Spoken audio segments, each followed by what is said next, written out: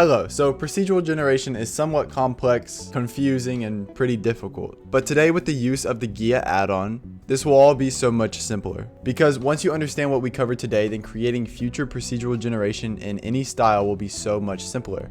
We will cover the basics in section 1, then in section 2 a step-by-step tutorial creating top-down generation like this, and in section 3 we will cover a rogue-like generation. So subscribe to help YouTube push this tutorial to more aspiring game developers. Thank you so much, and now let's begin. Okay, so this is the project that we are going to be working in today to create these different generations, and you can download the beginning of this project and the ending of this project, all the art and everything like that in the description below, and it's going to be on my itch.io page, so you can download it for completely free. It's going to have the add-on already installed. It's going to have all the artwork that we're going to be using for today, which are going to be these two tile sets. And it's also going to have here a simple player. And it is also going to have just two basic node 2Ds that have nothing in them at all because they are empty scenes for us to work in. So if you want to download this, link below to all the art, to everything that you're going to need to know.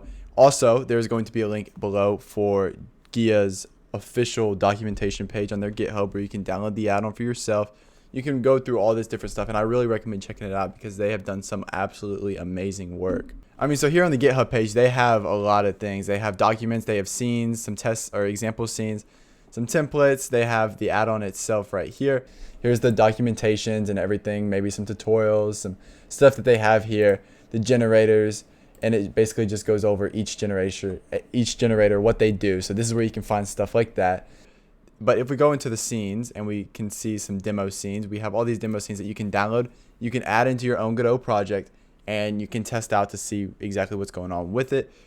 Okay, so back in Godot, if we come up here to the top and we click on the little plus, we can go through some different stuff that Gaea has and what it adds. It adds generators and it adds renderers. Renderers is basically what's going to connect our generator to our tile map, and the generator is going to be having different things based on what generator we use. For example, in this video we're going to use a walker generator. That's going to be a rogue-like generation like you saw in the intro, and we're also going to be using a noise generator, which is what most games use for procedural generation. That's completely random. If you look at a game like Terraria, it's going to end up using a height map generator 2D because that's going to be more of a 2D environment, up and down, right?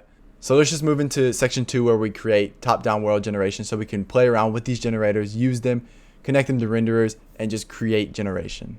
So for a top-down world generation, we're going to end up using a noise generator. So if we go up here and we add in a noise generator, we're also going to need a renderer because that's how we're going to connect it to our tile map. So a tile map Gaea renderer, and we're also going to need a tile map so we can create the tiles that we want our generator to spawn where it goes based on the range that the noise gives for that location, right? So we'll set up something simple, something that we should already know, which is the tile maps, right? So if we go into our tile maps down here, we click on a new tile set up here in the top right, we click on it, and we come down here to tile set. We can drag in our tile set art, and we can just automatically create these tiles just like that. That's how simple that is. That is completely done, right? So now if we go up here to our renderer, let's start with the second most basic thing, which is the renderer. All we have to do is assign our tile map and assign our generator. So we can assign our generator to the noise generator, and we can assign our tile map to the tile map that we just added, just like that. Okay, now everything is added, everything is connected. But now we're going to go up to our noise generator, and we see the settings. This is going to be the most important thing. We're going to create a new settings resource here, and this is going to open up different things. We're going to have tiles and noise. These are going to be the two most important things. Also, modifiers are going to be important, not for this generation, but for the next generation, we are going to have to use modifiers, right? So we'll go over that in the next example. But here we have fall off, and we're going to go over that right here in this example. Once we set up our noise and once we set up our tiles so we can access our tiles. So what's the easiest is probably going to be the noise because it's straightforward and it's mostly already set up. So you see here, you're going to have a seed and you're going to have simply smooth. You're going to have all these different noise types, which are going to generate in different ways, right? So cellular, if you look at this stuff and you can kind of mess around with this, see how it spawns here. This is kind of how the world's going to look. This is a little example of how the world's going to look. But we'll say simplistic for this one. And we can come in here and we'll play around with this once we finish the generation. Once we finish it, we'll come in here, play around, see how it affects it. And you can go about it like that. We also have frequency. If you raise frequency, what's going to happen? Well, it's going to become a lot more like ragged, and if we lower it, then it's going to become a lot more basic, right? And it's going to be a lot more zoomed in. It's not going to be as entertaining. But So if we do 1 or 0.01, then you're going to see this is what we're going to leave it at. This is how it comes, and we're going to come back. We're going to change it, make it look how we want it to once we have the map set up. So we have all this different stuff. This is all going to end up messing with how it generates. So these are all of the settings that you're going to want to come back and mess with whenever you're creating your generation. But to see how it looks just as it is, we're going to have to come up here to the top, and we're going to have to set up our tiles. So we can close out of noise for now. We can come up here to the tiles. We can open up the tiles, and we can click on a new element. Now these are going to be, you're going to have a new element for every single tile you want to spawn. And basically how it's going to spawn a tile in a certain spot. So for example, let's go through this. We'll say dark grass. So we'll say dark grass here, which dark grass is going to be like a higher point in our map. So to do this, we can come down here to dark grass. We can set our tile to a new tile map info. Click on this. It's going to open up, and our dark grass is actually a single tile, right?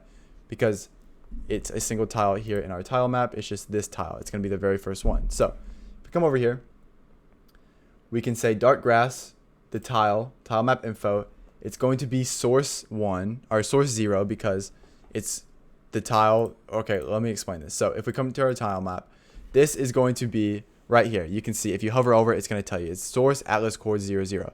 This is going to be source 0, atlas chords 1, 0. So basically each tile to get to the next one, we're just going to increase the X by 1, right? So if we come over here to our noise generator, back to our tiles, open up the tiles, dark grass, this is going to end up being atlas chord 0. So this is dark grass. We already have it.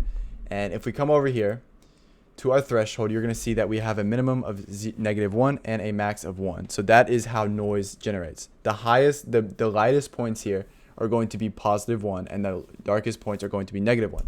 So if we click generate, something will happen. Let's click generate, see what happens. We're going to end up spawning all green tiles. Oh, we got to come all the way down to the bottom, and we got to turn on our editor preview down here. So once we turn that on, then we click generate, it's going to happen in the editor.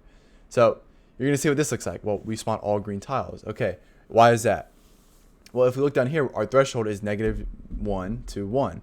And the way that we're going to go about this here is we're going to set our deep grass. Maybe we want our deep grass to spawn if the noise is from 0.1 or 0.3 to +1. Right? Where did it go? So if our noise, we just completely deleted it. Hold up. That is a mistake. So we can go here, add in our grass again, just like that. Threshold, we can say from 0.3 to +1, we want that to be grass, right? That's going to be deep grass. Then if we're going to end up having normal grass, we can say the max normal grass is going to be up to 0.3, and then maybe we can say normal grass can end at -0.1 or something like that, right? Because that's going to end up going up to this on that. So basically, you got to think of this as a grid. So every single spot is going to have a number from -1 to +1. So this one might right here may be 0.4. So it's going to spawn a grass, right? But we don't know. If we click generate, you're going to see what happens. It spawns our dark grass how it should. Because all these areas that are spawned, the noise level in this section is going to be between 0.3 and 1. So this noise down here, it smooths out. So these tiles right here, we know they aren't 0.3 because it would be grass if it was 0.3, but we know it's going to be at least 0.2, right? So if we add an element, we come up here to the top and we add in just normal grass here. We go to tile, new tile map info, open it. The atlas chord for this is going to just be 1 because it's the very next one. And the threshold, we can say the maximum is 0.3 because if we put 0.4, well then this grass here is just going to end up covering it up. And if we put -1, what's going to happen? Well, it's going to end up filling in the rest of the area because everything in here that isn't already colored is going to be between these ranges because the grass is going to fill up the other range from 0.3 to normal 1. So if we click generate, what's going to happen? Well, you're going to see how this generates. It's going to be dark green, and the rest of it that isn't within that range is going to be that color. So we can say, okay, well, what if we want to make islands? Well, we can come down here to our normal grass, and we can say the minimum is going to be -0.1. Now, if we click generate, what's going to happen? Well, now we're going to have more of like an island shape, right?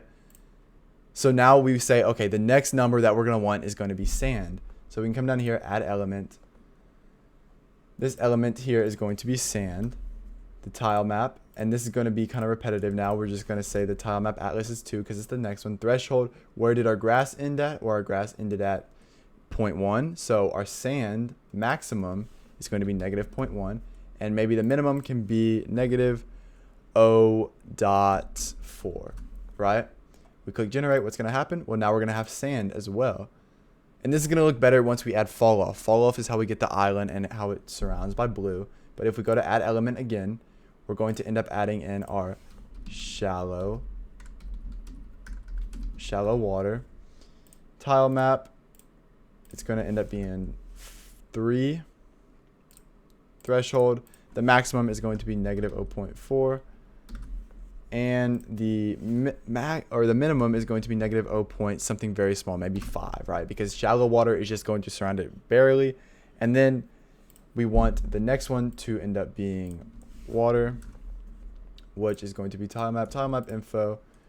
For thresholds, it's going to be the maximum of negative 0.5 where it starts, and all the way down to negative 1, so we fill in the rest of the map. So anything empty that isn't already filled up by these 4 is going to be just water. So if we click generate, what's going to happen?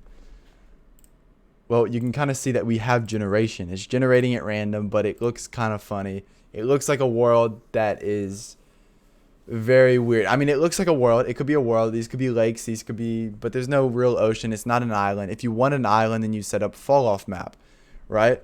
So this kind of works right.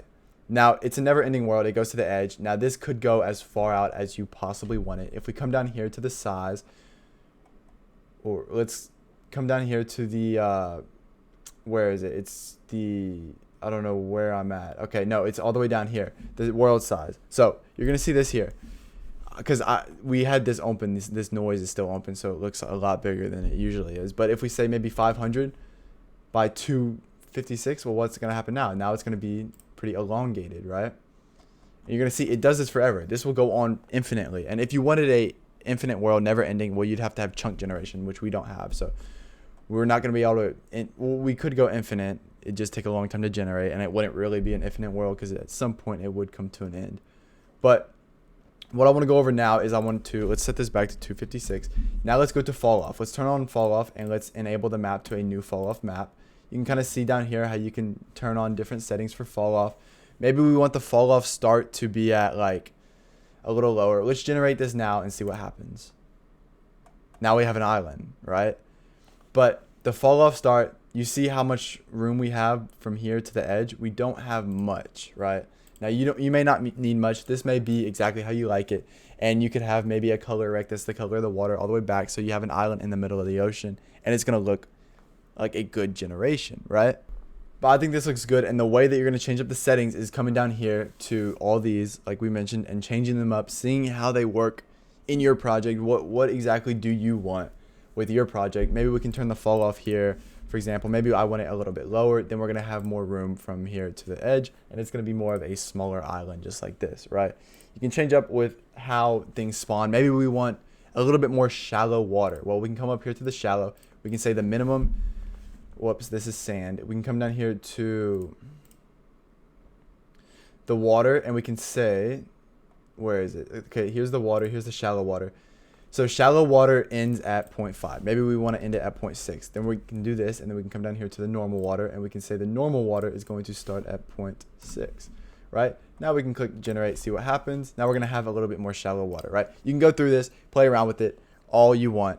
And let's, for now, go up here, add in our player scene, which comes in within the game. So if we open this, open anyway. Okay, let's see. So we're missing the script. I haven't connected it, I guess. Fix broken. This is going to end up being our player.gd. Okay, open anyway. There we go. Okay, so now we can come over here. We can load in our player here, just like this. And we can basically click play. Now what's going to happen? Well, it's going to end up generating a new world, and we can move around our world just like a normal tile map. Now these tiles, the last thing in this section that I want to go over is that these tiles here are interactable. So it spawns a tile. It doesn't spawn anything else. It spawns a tile, but you can kind of see how this map looks. It looks really good, and it looks like generation. Now, you're probably going to have animated tiles and stuff like that. So it's going to look a lot better in your game, and you're going to end up spawning maybe trees and stuff on grass tiles. Maybe you want your player to spawn on sand tile. You know, you may have placeables, stuff like that. This is just the generation part. But if we come over here, I just want to go over that these tiles are interactable because, of course, it is a tile map. We can come to our tiles set. We can say physics layer. And then we can say maybe we want to paint a physics layer. Maybe we don't want our player to be able to go into the water. Well, let's put a physics layer on both of the water. Let's go back. Let's click play. It's going to generate a new map. And now we're going to have physics on the water, right? We cannot go in the water any longer. It's impossible for us to go in the water. And we can walk around and we can just go around our map, but we cannot get into the water, right? So that may be exactly what you want. Or maybe whenever you're on a shallow tile, you want the player to be slowed down and be in the water, but just slower in the water, and maybe have a swimming animation or something like that. But this is procedural generation. This is how we generate top-down maps just like this. Now, I think this looks really good. So I'm happy with how this came out, and I hope you were able to figure out how to get this going in your own game. But this looks really good. Now I want to move into roguelike. Okay, so I'm going to move through roguelike a little quicker. So if we come down here to our roguelike generation folder, we can open up the scene, and we're going to have a brand new empty scene. Now, for roguelike, I mentioned that we need to use a walker, right? A walker generation. And we need a renderer, of course. So we're going to use a tile map renderer again, and we're going to add in a tile map. So most of the work here is going to actually end up being done in the tile map. The last one, most of the work was done within the generator, but this one, most of the work's going to be done in the tile map because we have to, like I said, set up a terrain set. So if we come down here and we create a brand new tile set, we open this, go to tile set, drag in our art, automatically create all these tiles. Well, you're going to see that we have tiles and we have a tile set up now, but what we're going to need is our terrain set. We're going to need to figure out, okay, so if this is placed, what comes above it? Well, to do that, we set a terrain set. So if we come over here to our terrain set, we add a new element.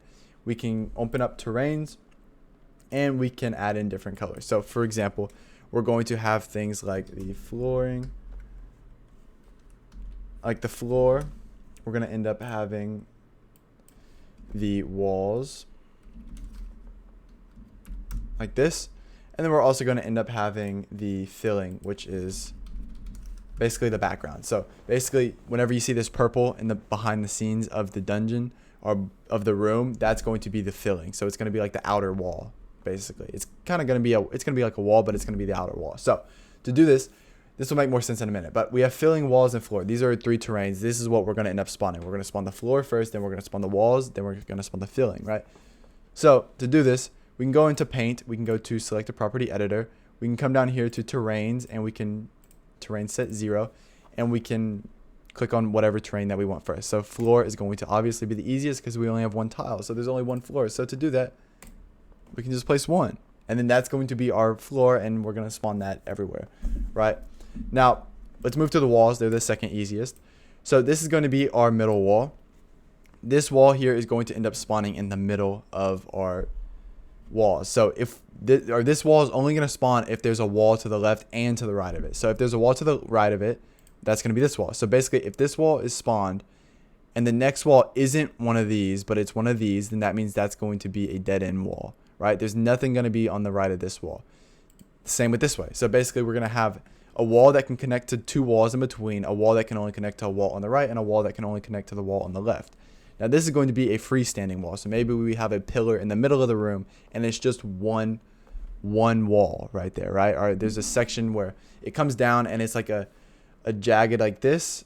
So like it goes from here. This is the background. Or no, this is inside the room. So this is inside the room here. This is inside the room here. This is inside the room here. We would have to place a wall right here, right?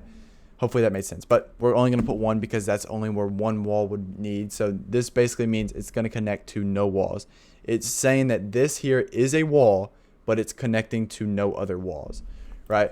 So if we go to our filling, which is our background, we can say, okay, what's this? Well, this is going to spawn if there's no other filling around. So if we have this spawned in the middle of the room, then this is going to end up spawning on top of it, right? These are going to be kind of like the walls down there, like this. Now this here is finding terrain sets is just going to be a lot of trial and error and trying to figure out what works best for you. So I recommend thinking about it, trying to figure out, okay, so if we look at this, where is this going to connect to? Well, this is only going to spawn if there's a filling on every single side of it, right? It's not going to spawn anywhere else. So it's going to be all completely full because all the sides need to match, right? So we're going to say, okay, this one, what is this? This is a filling. So these are all fillings. So let's place a middle dot in every one because that's what they are. This is basically going to say, okay, these are fillings. But now we got to see where they connect. Well, this one here is a corner. So it's going to connect to if there's something on the right or the bottom. So we can do that, right? This one is going to connect if there's something on the left, on the right, and on the bottom. This one, like this, right? As we go around it, kind of in the same order. You can kind of see how they connect. This is going to connect if there's something below it. This is going to connect if there's something to the right of it. But what if there's something right here and it's to the left of it, to the right of it? Now, here, this should work, right? This is a working tile set. But we can fill in these as well because all these are different. And now you're going to see these four. They're going to connect to if there's something here. There's two of them here. There's two of them here. So this will connect here. So let's say it spawns this one and it spawns this one here. Well, what's going to happen? Well, this is going to be placed between these because it knows, okay, these four squares have to align perfectly with these 6 squares and with these 6 squares because it's in the middle, right? And it just has to align. It just knows how to do this, right? This is just something that's built into Godot. But you got to kind of understand, okay, so for all of them, the middle is going to be filled. I'm trying to explain this in the best way that I can, but the middle is going to be filled no matter what because that's explaining, okay, this is a floor. These are walls, right? So you can see on every single one of these, the middle's filled. But then on the right and the left and the up and the corners, you're going to basically fill those in if they connect to another thing of the same thing, right? So this is filling. So, and it's going to connect to filling. It's going to connect to the filling if it's to the top or to the left. So that's why these are filled in, right? So hopefully that makes sense. But that's the terrain set. You can kind of go into more in-depth things and try and understand how it works. And you can, I'm sure, look up tutorials and look up how to create good terrain sets that are going to make your game look so much better. But if we go into our generator, let's go over how to set up the generator. Let's first go to the renderer. Let's assign our tile map. Let's assign our tile map just like we did with the last one. Let's assign our generator just like we did with the last one. Let's go to our generator node now. And let's go to settings, new generator settings. Open this. We can say our tile. We can say new tile map tile info. Open this. Instead of a single cell this time, what's it going to be? It's going to be a terrain, right? Because we're going to have a terrain. So the terrain, it's going to be set 0. This is going to be for our flooring. So our flooring on our terrain set is going to be number 1. No, it's number 0, right? So it's going to be, if we go to our tile map, okay, so this is number 0, this is number 1, this is number 2. So filling is number 2, walls is number 1, and floor is 0. So, okay, so it's going to be 0. So we leave all this blank just like that. That's going to work. Now, if we click generate, or we come down here, we turn on editor preview, we click generate, it's going to spawn in floors, right? See how easy this stuff is? It's coming out to be like really, like if you were to try and make this stuff by yourself, this would be difficult. This would be a lot of work. It'd be a lot of thinking. But with the help of this add-on, it makes everything so much easier. But of course, we don't have any walls and we have no filling. So how do we do that? Well, we're going to use modifiers. So we come over here to the modifier. We can add in a new modifier. We can say, first we want to add in the filling. So let's click on the filling. Let's add in the tiles. Tile map info. It's going to end up being a terrain. And what terrain is it? This time the filling is number 2 terrain. So if we go up here, we can say expanded and stuff. We can go over this here in just a minute. But if we could generate, you're going to see that we have filling. But it's perfectly like to the edge of it, and it makes it look a little funny. So if we come down here, we can change expanding. Maybe we want 15 on the left, 15 on the top, 15 on the right. And let's leave 1 at the bottom and see what happens, right? Generate. Well, it's going to give it room on every single side except the bottom. But if we add 15, then it's going to fix that, and right, it's going to be spawned in the middle. So let's say you have a camera and you're walking through it. You don't see anything else because you're walking through it like this, and you're not seeing all the way out here to the gray. So that's why filling is important. But you can kind of see how we're spawning pillars and stuff now, right? Walls. But if you look at this, we're going to need a wall right here, right? We need a wall here, we need a wall here, we need a wall here, and a wall here. That's kind of where the walls come in. So we can come down here to our modifiers. We can add a new modifier. This modifier is going to be walls. There's a straight modifier for just walls. We can click on this wall tile. It's going to end up being a terrain, and it's going to be terrain number 1. And then for that, we can basically be complete. So if we come over here, generate, you're going to see that now when we spawn a wall pillar like this, it's going to end up spawning a wall. If we spawn a corner, it's going to end up spawning a wall. And there's just walls all throughout it now. And it looks like how a room should look if walls are spawned. Now, this art here, there will be a link to the description for this art. I took the art set that the creator made and I changed it up a little bit to fit what the generation needs, right? Because it needs full tiles. I'm sure you can change that up based on changing up all these settings over here, which we can go through right now. We have different things like max tiles, so maybe we wanted a bigger room. Let's say, okay, well, let's have 450 tiles, see what happens. Makes the room so much bigger. But so really, if we look at this here and we click generate again, you're gonna see that this works exactly how you would expect it to work, how to create a room like this. But thank you very much. I really do appreciate you watching this video. Hopefully it was able to help you in some way. I recommend checking out the GitHub page of the Gaea add-on and trying to understand more things, because I think it is very helpful. There's so much information there and it is going to be extremely beneficial. But I just wanted to make a quick tutorial here on procedural generation because it is something that a lot of aspiring game developers are trying to figure out how to learn. This add-on makes it so much easier and it makes it so much more understandable of how it works once you download the add-on and play around in it for maybe a couple hours.